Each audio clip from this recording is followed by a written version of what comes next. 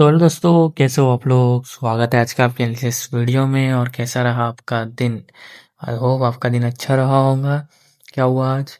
आज अपसाइड का थोड़ा सा मूवमेंट आया, लेकिन क्या हुआ, प्रीमियम हिले नहीं हिले, डीके हो गए, क्या हो गए, डीके हो गए या उसी साइड साइडवेज हो गए।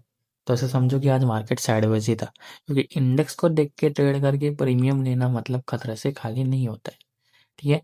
अगर आपको इंडेक्स का एनालिसिस चाहिए, यानी कि इंडेक्स के धागे चाहिए, तो आपको क्या करना पड़ेगा, मेरा प्राइस एक्शन सीखना पड़ेगा। ठीक है, वो सीख ले, link is in description, Telegram पे ज्वाइन कर लेना। अब हम लोग कल यानी कि निफ्टी की एक्सपायरी है, कल की तैयारी करनी पड़ेगी क्या नहीं। तो देखते ही कि कल क्या हो सकता है, क्योंकि निफ्टी ये 26,000 है, उसने उसके ऊपर तो क्लोजिंग दे दी है, पर क्या इसके ऊपर ये सस्टेन करेगा वो हमें कल पता चलेगा। और 2600 के ऊपर सबसे इंपॉर्टेंट जो रेजिस्टेंस है निफ्टी का, उसके ऊपर निकलेगा। निकलता है तो बहुत बढ़िया है, बहुत अच्छी रैली मिलेगी अपसाइड में। लेकिन देखते कल क्या होगा। 26,14 के ऊपर आई है क्लोजिंग, 26,014 के ऊपर क्लोजिंग आई है निफ्टी की, यानी कि उसके आसपास की क्लोजिंग आई है। करना क्या अपसाइड के लिए, करना ये है आप लोगों को, फ्लैट खुलता है, क्या होता है, फ्लैट खुलता है या गैप अप होता है, तो आप लोगों को 2640 के ऊपर ही क्लोजिंग चाहिए, यानी कि 2640 के ऊपर की कैंडल क्लोजिंग चाहिए। उसका हाई ब्रेक जैसे ही होता है उसका हाई मार्क कर लेना।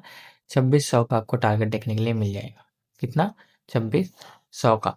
इसके ऊपर अगर जाता है तो बहुत बढ़िया वाला टारगेट मिलेगा, फिर सीधा 100 पॉइंट का। इसके ऊपर अगर 2600 के ऊपर अगर कल निकल गया निफ्टी, उसका हाई मार्क कर लेना कैंडल की। अगर इसके ऊपर एक कैंडल क्लोज करके इसका हाई मार्क कर लेना, जैसे ही हाई ब्रेक होता है 26,210 का आपको टारगेट देखने के लिए मिल जाएगा। और हो सकता है वहां से ऑल टाइम हाई के लिए भी निफ्टी जाए।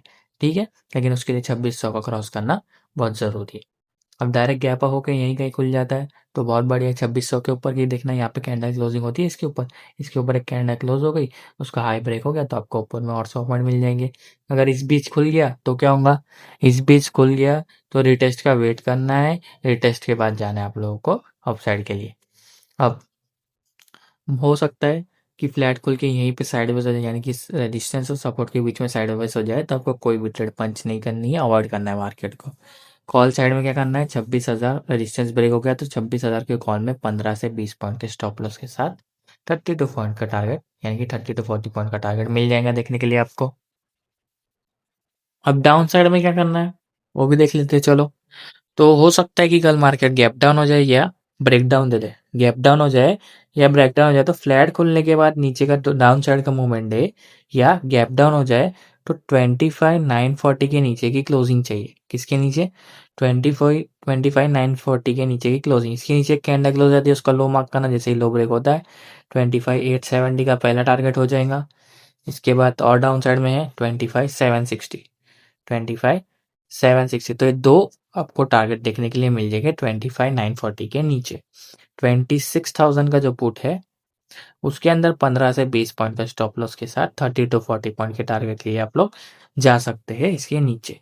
ठीक है। अब अगर ज्यादा नीचे गैप डाउन हो जाए, बीच में कहीं खुल जाए, तो रिटेस्ट का वेट करना है। रिटेस्ट से रिजेक्शन लेता है तो वहां पे आपका सेटअप देखने के लिए मिल सकता है। ठीक है, टॉप पे कोई भी प्रीमियम नहीं लेना है, थोड़ा रिटेस्ट का वेट करना चाहिए हमें हमेशा। ठीक है, ये हो गया निफ्टी का एनालिसिस। अब हम लोग सेंसेक्स के एनालिसिस की तरफ बढ़ेंगे। तो दोस्तों सेंसेक्स की क्लोजिंग आई है 84,920 पे। किस पे आई है, 84,920। सबसे पहले हम समझ लेते हैं कि साइडवेज मार्केट में क्या कैसे अवॉइड करना है। तो मान लेते हैं कि फ्लैट खोलता है, क्या होता है, फ्लैट खोलता है और 8440 के ऊपर, 8540 के ऊपर भी नहीं आता है, और 84,650 के नीचे भी नहीं आता है। ये दो जो रजिस्टर सपोर्ट दिख रहे हैं, इसके बीच में अगर घूमता है तो कोई ट्रेड पंच नहीं करनी है, आपका मार्केट होगा साइडवेज। ठीक है, अवॉइड करना है। अब अपसाइड की बात करेंगे तो फ्लैट खोलने के बाद, क्या, फ्लैट खोलने के बाद या गैप अप होने के बाद, फ्लैट खोल के ऊपर जाता है, गैप अप होने के बाद 8440 के ऊपर की क्लोजिंग चाहिए। इसके ऊपर एक कैंडल क्लोज होती है, उसका हाई मार्क करना, जैसे ही हाई ब्रेक होता है 85,180 का पहला टारगेट है। उसके बाद है 85,670 का दूसरा टारगेट है।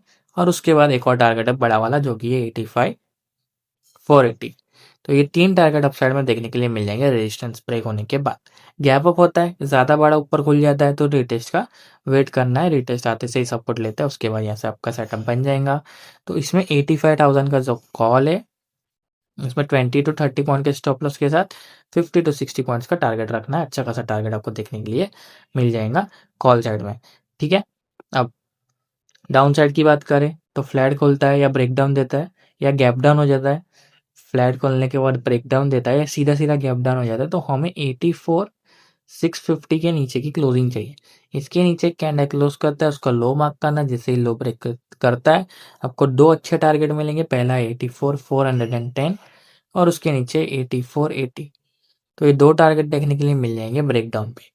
और 84,700 के पुट में आपको ठीक ठाक 20 से 30 पॉइंट के स्टॉप लॉस के साथ 50 to 60 पॉइंट्स आराम से देखने के लिए मिल जाएंगे।